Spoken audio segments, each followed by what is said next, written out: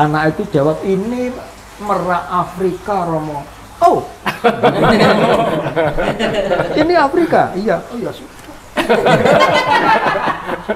Romo Mangun itu megang pakunya, saya suruh malu. Nah, saya malunya yo biasa toh, terus kena jempolnya Romo Mangun ya. Mengyang-yang Romo Mangun, tapi nggak marah. Pak Joko langsung kenceng. Kena jempolnya. Tetapi mengeluarkan irama yang baru. Iramanya, aduh itu.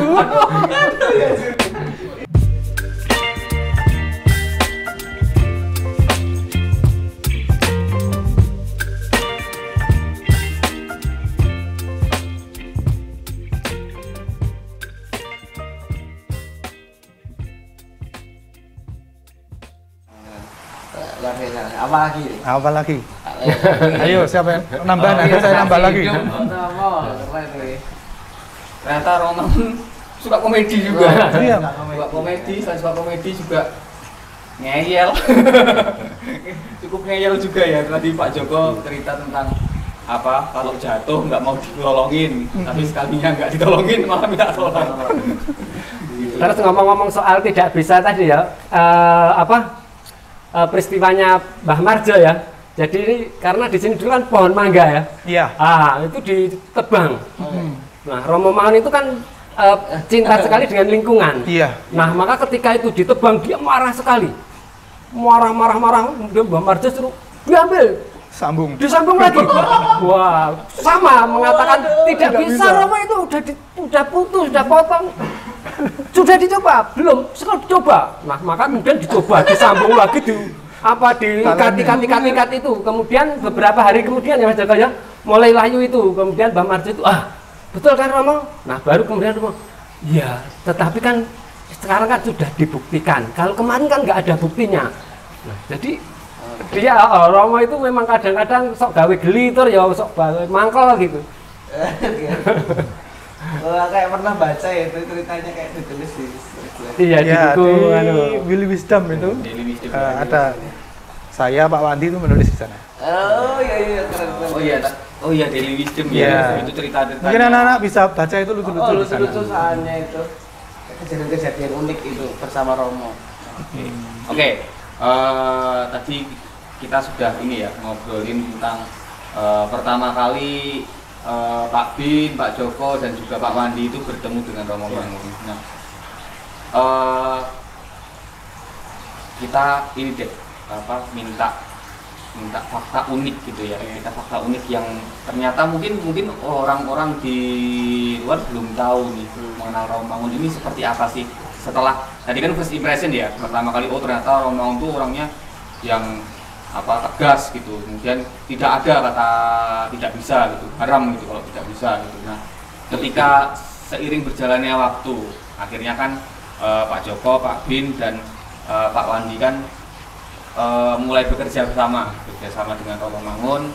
Kemudian apa sih yang Pak Bin, Pak Joko dan juga Pak Wandi rasakan, dan juga mungkin ternyata ilmunya Romo Mangun atau petuahnya Romo Mangun ini sampai sekarang bisa masih dilakukan oleh Pak semua.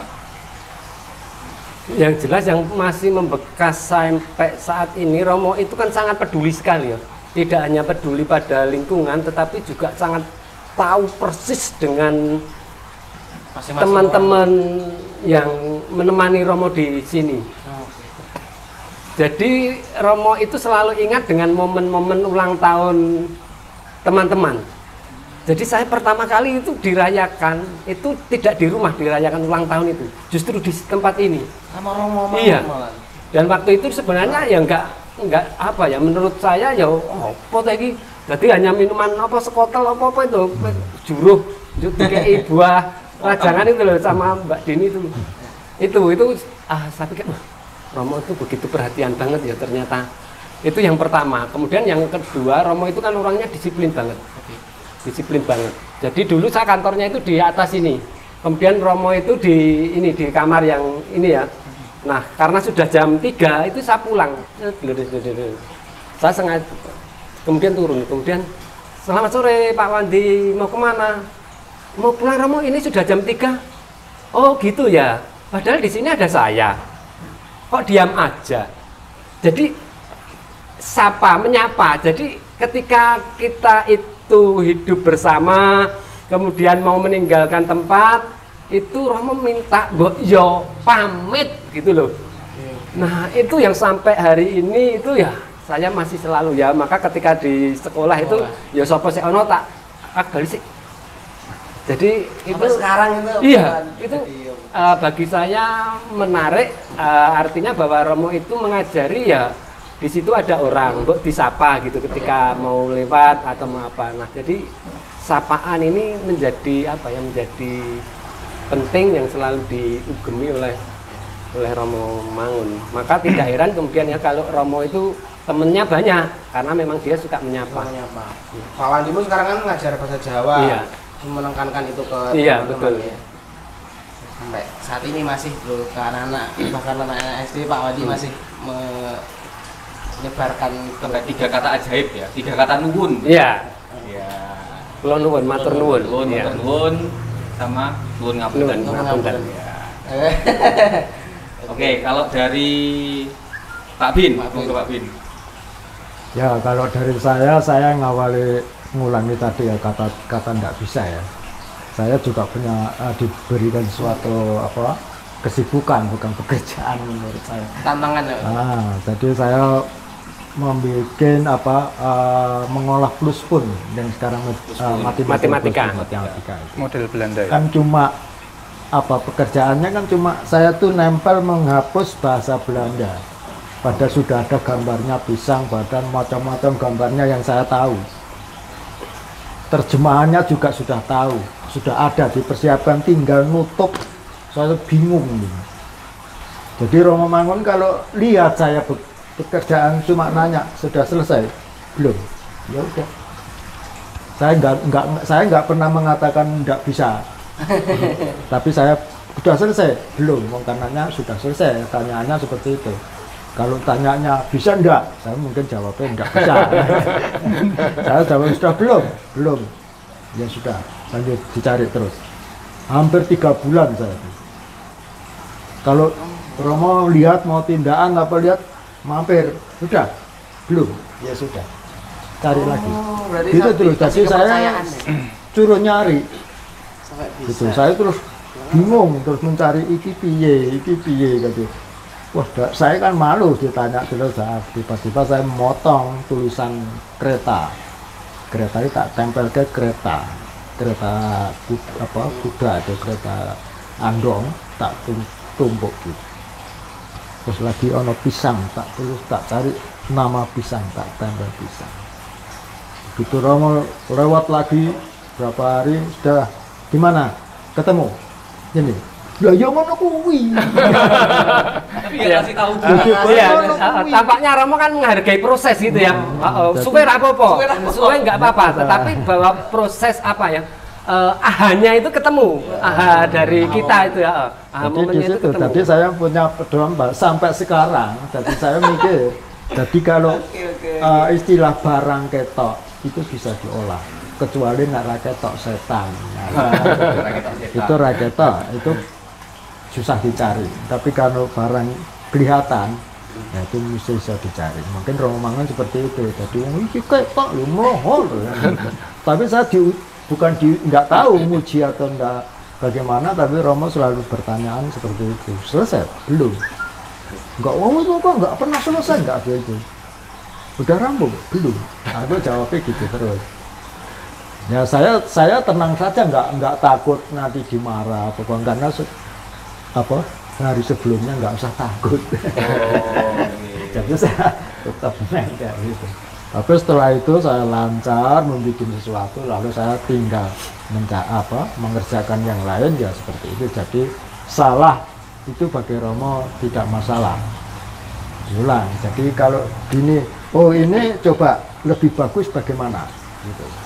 Ini bukan nggak mau mengatakan dicoba atau ini salah, ini salah, ini begini, ini salah. Tapi kalau teman-teman lain, itu salah, tapi karena saya nggak pernah. Coba dicari yang kira-kira ini sesuai. Kadang ada teman yang baru suruh gambar gitu, gambar suruh gambar merak mungkin bosan disalahke terus toh. Nah, mungkin anak ini cerdas. Ini Romo ini kan dudu merak, gambar itu merak kok koyo ngene. Padahal itu ujian, maksudnya dia masuk karena dia pinter gambar, suruh gambar merak. Bingung dong, merak itu lembah ya marah. Begitu Romo maido meraknya kok seperti ini, mungkin tahu. Anak itu jawab, ini merak Afrika Romo. Oh, ini Afrika? Iya, oh ya sudah. Jadi dia tuh mau apa istilah politik dia tuh demokrasi sekali. Jadi menghargai alasan yang dia tepat, alasannya tepat dia mengakui. Oh ya sudah, kalau gitu saya yang salah ya. Tapi belum dicetor terus. Lah kan kalau misalnya Anda ini bekerja terus pakai lamaran lengkap S1, S2 dan ngomongannya udah. Itu kalau lamar ini lamarannya saya enggak perlu. Ini ujian saya enggak perlu gitu. Kamu S1? Iya, S2, S1, S1 ya sudah kerja. Tapi lain kali Anda kok bingung tanya, "Loh kok nanya dari kamu S1?" Enggak boleh nanya-nanya. Dulu saya dulu sering dapat lemparan, coba ke bawah temui Bintoro, tanya sana. Nah, saya sambil ngomongkoke wong S1 suruh nanya saya. Jadi saya ya pura-pura ngobrol ya untuk gini ya mungkin Anda itu kemarin kan masuk S1 ya mesti dipa itu kan mesti ke sekolah lagi. Malah sekolah itu kan ya kalau belum mampu berarti Anda ngapusi ya. Saya buktinya ini saya lulus ini hanya Anda tanya kok. Jadi kuliah orang mentap orang mumpuni. Apa memang orangnya begitu? Ya memang bukannya begitu. Anda wis ngomong wis S1 kan berarti punya pikiran cerdas. Di sini itu bekerjanya suruh kreatif karena di sini eksperimen. Jadi gue harus bereksperimen. Karena kerja kayak pabrik ngetutke produke kan gitu. Itu jadi enggak tuntutannya di situ. Jadi Romangun di sini harus berkreasi, kreatif. Bagaimana pelajaran Anda dapat. Misalnya kok aku kuliahnya kok, misalnya kok jadi guru, kok orang nggak nyambung waktu saya kuliah ngajar di SD, kan gitu. Kan di sekolahan sana kan cara mengajarkan yang untuk bergembira.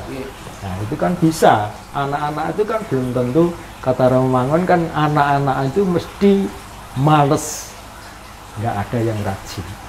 Nah, nek males piye carane? Guru yang kreatif. Kreatif. Misalnya ajak matematika, itu diajak kemana yang bisa?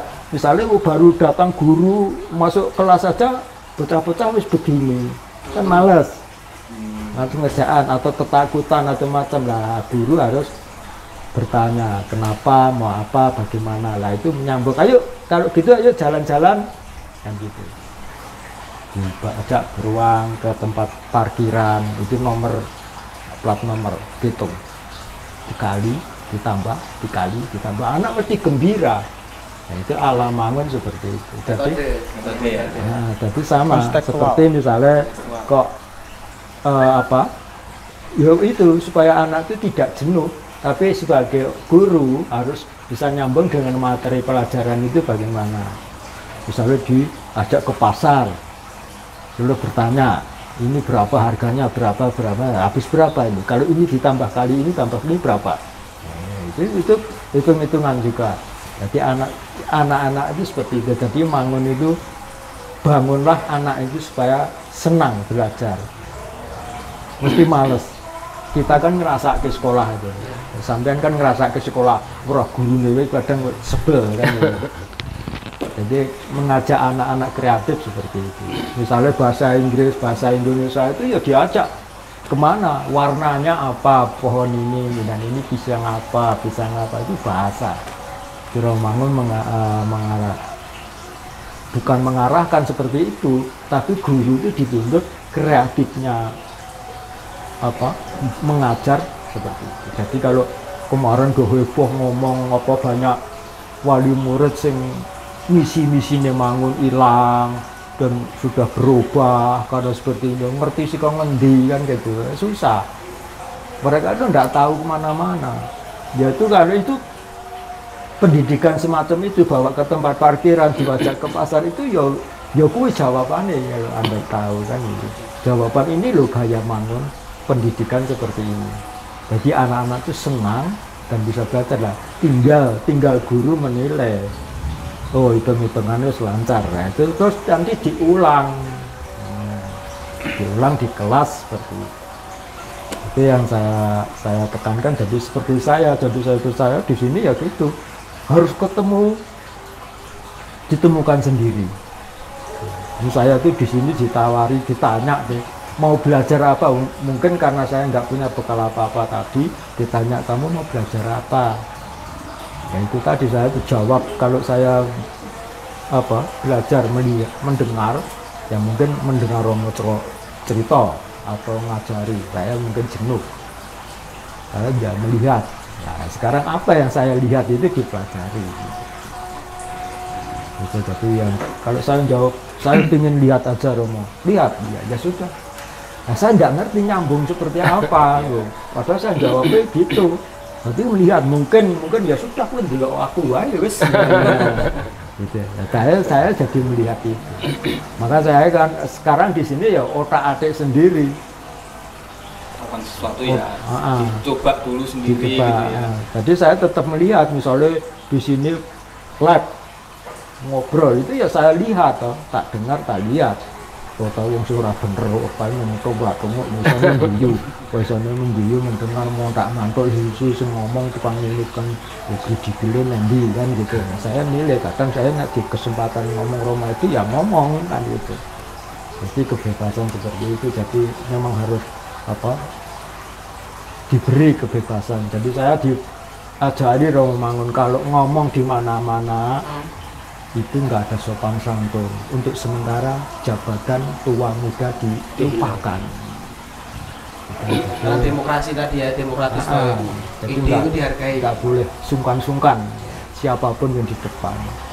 Karena sudah diizinkan saya ngomong di depan umum, saya ya ngomong. Nek salah, ya mungkin nilainya salah di mana. Saya berani ngomong, saya unek-unek suruh ngetokke kan gitu. Saya melihat begini, saya tok-tokke. Saya melihat seperti lab gini, saya lihat guru gini. Saya kadang lab dengan guru, saya kadang bingung, guru ngomong begini, lab ngomong begini. Kadang sebenarnya lah nek Mas Gantuk saya ngomong meneng kabeh. Padahal berarti salah kabeh kan gitu. Ya. Kalau Pak Joko nih, nilai-nilai yang saya menambahkan Romo Mangun itu sangat disiplin. Jadi disiplin bekerja dan istirahat pun disiplin. Jadi ketika dulu ada tradisi tiap jam 10 itu kita ada jam istirahat. Minum teh bersama sama nyenek itu. Nah, itu mesti seperti kayak di absen. Kalau nggak ada yang kelihatan itu mesti ditanyakan. Dan kalau masih bekerja itu justru kena semprot. Jadi jadi kalau padahal itu kerja, Pak. Iya, harus berhenti. Itu waktunya istirahat dan ngobrol bareng di tempatnya di sini, di ruang ini. Dan itu tempatnya memang jam 10 itu untuk ngeteh dan ngobrol bareng. Jadi kalau ada yang bekerja harus ditunda dulu, stop dulu. Mau itu pekerjaan sebanyak apapun gitu, Pak. Harus stop dulu itu. Itu disiplin sekali. Terus kemudian waktunya pulang ya harus pulang. Tidak ada lembur itu, kecuali kasus khusus itu misalnya direncanakan itu baru. Tapi kalau lembur sendiri itu nggak boleh oleh Romo waktu itu. Jadi sangat tepat waktu. Jadi kalau main boleh, tapi kalau bekerja setelah jam 4 itu nggak boleh. Dari jam kerjanya dulu jam 8 sampai jam 4 di kantor. Tuh, terus kemudian disiplin juga dalam keseharian tuh punya disiplin rutin. Jadi pagi itu jam 6 itu misa. Jadi saya tiap hari dulu ikut misa Romo Mangun. Jadi cukup religius selama 2 tahun itu. Tiap hari misa. Jam 7 makan pagi, terus kemudian jam 8 mulai bekerja, terus nanti jam 4 pulang, nanti habis itu ya beres-beres itu nyiram tanaman, terus kemudian cuci-cuci saya kebagian bagian cuci-cuci piring dan sebangsanya itu sama nyiram tanaman waktu itu. Jadi kita melakukan tinggal di sini itu seperti keluarga, jadi kita melakukan pekerjaan-pekerjaan rumah tangga lah itu. Terus nanti jam 7 malam itu makan, setelah makan itu doa malam di kapel sana, misa juga di kapel sebelah barat sana itu. Terus setelah doa malam itu kalau tidak ada acara lain biasanya nonton TV bareng. Nonton TV Biasanya bareng. nonton apa itu, Pak? Mr. Bean kalau enggak ya ada film berita atau apa itu. Biasanya Romangun menyempatkan itu sekitar 1-2 jam, 1 jam lah nonton itu. Kadang kalau filmnya bagus dia sampai 2 jam. Terus juga dia dalam dia kan punya kesibukan menulis artikel juga, itu juga cukup disiplin, dia membatasi maksimal itu jam 1 harus selesai. Satu malam. Kadang juga jam 12, tapi rata-rata itu jam 1 malam baru tidur. Jadi bangunnya pagi ya waktu itu. Pagi, tapi ada tidur siang tapi. Jadi kalau dia kelelahan tidur di kantornya. Di kantornya itu ada bed itu untuk istirahat gitu. Jadi itu juga Terpola banget ya. iya, hidupnya cukup disiplin. Namun juga dia punya waktu untuk membuat lampu hias, terus kemudian bersama tukang itu membuat sesuatu pernak-pernik yang seperti hiasan ini dinding itu kan itu mesti diarahkan oleh Romo itu. Ini dibuat begini. Cuma nyontoni sedikit, selanjutnya kan kreatif dewi gitu. Jadi seperti gambar itu cuma dicontohi sedikit terus itu tukangnya kan kreatif sendiri gitu. Dan dia percaya ya, Romo percaya iso lah. Iya, tapi pernah juga salah ya kan bongkar. Sudah jadi bongkar. Jadi itu kalau nggak sesuai dengan harapannya ya dibongkar betul itu. Padahal dipercaya malah ya. Ya dipercaya dulu, kalau salah ya harus dibongkar. Pernah ada juga pengalaman unik waktu awal-awal itu di Mangunan itu kita yang di Gora kerja bakti ya itu Romo megang, kita membuat papan display di kelas-kelas itu. Nah, Romo Mangun itu megang pakunya, saya suruh malu. Nah, saya malunya yo biasa toh, terus kena jempolnya Romo Mangun ya. Mengyang-yang Romo, tapi nggak marah. Justru saya justru dikasih tahu caranya maku tuh begini, pakai irama, tok tok tok, ya itu pakai irama supaya tidak meleset. Tetap jadi kalau kita perhatikan Pak Tukang itu pasti kalau maku ada iramanya, supaya pakunya nggak bengkong dan tepat sasaran. Oh, jadi enggak ada tekniknya itu. Enggak langsung kenceng gitu ya. Enggak langsung kenceng. Iya, tidak langsung. Ada irama, pakai irama. Pak Joko langsung kenceng. Kena jempolnya. Tetapi mengeluarkan irama yang baru. Iramanya ada itu. Apa karena Pak Joko sering dibalas tadi? Enggak juga. Soalnya Romo Mangun mendengarkan malu itu kan di sini ada Pak Marjo, anaknya dan beberapa tukang itu bermain. Mungkin yang namanya Mbak Marjo malu balok yang pakai palunya gede, yang ada yang jelek. Jadi Romo Mangun ada di sini, ada di atas itu manggut-manggut. Saya bingung ngopo wong iki kok manggut-manggut iki. Ternyata mendengarkan permainan tukang-tukang di sana. Irama. Dok dok dok dong dok dok Iya. dong. Jadi Malu mereka ada iramanya. anak dan bapaknya tuh bermain, tapi nggak saja anaknya main tahu dek dek dek dek dueng dek dek dek dek di atas dueng. Oh, bagus banget itu musiknya. Jadi memberi jadi contoh musik. Jadi musik Mangunan dulu ya sederhana. Pak Johan itu bikin alat musik dari paku paling dari kecil sampai besar. Iya. Pakai tahu. Saya ditanya, yang pendek sampai tadi saya ditanya, panjang. Johan tadi mana di gudang. Ngapain? Bikin alat musik. Apa itu? Enggak tahu. Terus begitu selesai, lihat ini, kurang ajar. Kayak gitu mahasiswa, seniman. Kok kayak musik kok kayak gitu, no, apa suaranya nanti? Gitu. Ya, yang disuruh bikin alat musik itu Mbah Marjo, suruh gantungin paku. Jadi paku yang paling kecil, paku hidup sampai paku usuk. Wih, banget dong. Ini lama mungkin gantungnya dari satu-satu, dan hitung terus urutan dan gitu. Nah, itu Pak Johan udah pergi, tapi Romo wis marah-marah. Begitu saya lihat Pak Marjo udah selesai, Pak Marjo mainin musik.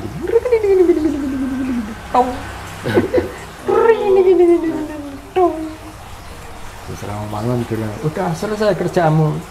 Udah dibawa coba kayak apa? Terus ditaruh meja di sini, dibunyiin sama Pak Marjo. Bagus sekali.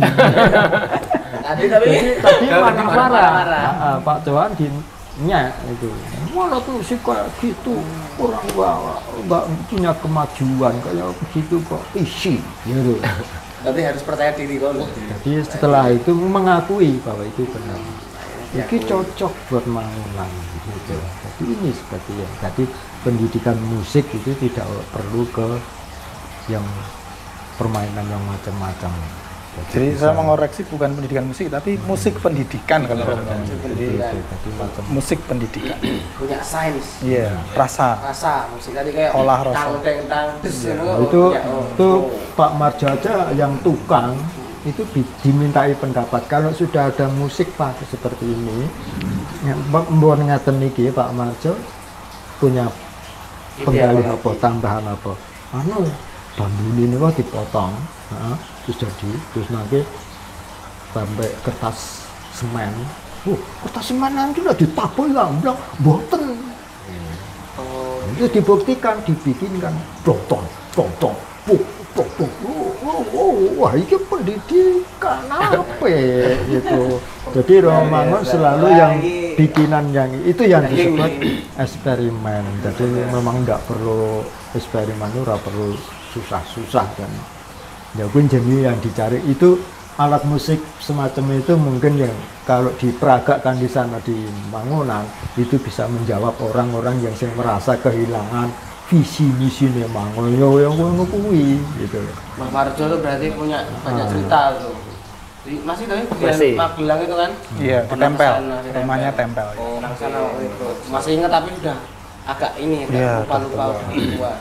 Keren juga ya, ternyata indikatornya itu ada di Pak Mbah Marjo gitu. Indikator musiknya itu ada di Mbah Marjo. Tukangnya itu. Eksekusinya. Jadi inspirasi untuk teman-teman juga, Pak Iga. Ya. Mungkin yang lagi suka lato-lato tuh. Nah, itu bisa tuh pakai buat musik pendidikan. Lato-lato sekarang kayak buat tepuk pramuat. Tek. Coba mungkin lato-lato ada yang kecil yang besar, mungkin bisa lebih ya, menarik suaranya kan beda-beda. Kecil, yang besar gitu. Iya. Boleh coba. Itu eksperimen. Eksperimen. Iya, lato-lato dari kecil ke besar pasti berbeda-beda sebabnya. Itu sih mungkin dimaksud Romangun mendirikan pendidikan eksperimen itu ya mungkin kita tuh harus bereksperimen.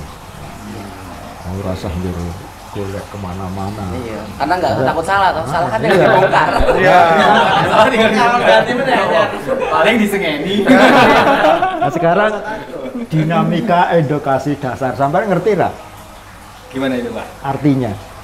Maksudnya dinamika edukasi dasar. Nah, maksudnya gimana itu? Gimana Nah, Mas? maksudnya ngerti belum? Pernah? Ya. Maksudnya? Ada gambaran tapi belum tahu secara jelas lah. Oh gitu. Mungkin nggak ada yang tahu. Apa mungkin, tuh? Hah? Jangan maklumi apa ngono lho. Nah, iya. Apa? Nggak ada yang tahu sama sekali. Wong itu mungkin romo-romo sing pengampu dari 1 sampai ke 7 saiki ke 8 ke 9 itu ya orang ngerti. Mungkin nggak ada sejarah tertulis. Apa itu? Apa yang tahu? Sing ngerti cuma aku, wong sing takon aku. Oh iya. Gimana itu, Pak? Sing takon saya waktu itu diturunin dinamika edukasi dasar. Terus saya suruh nyerbeti. Ya gurunya mau ini dilap biar bersih kena debu. Terus saya ini maksudnya apa sih? Tulisan kok kayak gini. Ini maksudnya apa? Terus Romangun. Kita hidup harus dinamika. Inovasi terus. D-nya ya dasarmu apa? Itu jadi hidup Punya punya alasan. dasar. Iya. dasarmu apa dasarnya saka kuliah, apa dasar saka ilmu, dasarmu apa? Ya itu jawaban kepada saya seperti itu. Mungkin karena saya nanya saya, tapi kalau orang sing nanya orang yang berlente, orang yang berpendidikan, mungkin bulet. Iya, dia tanya ini apa? Ya artiin katanya S1. Artiin sendiri.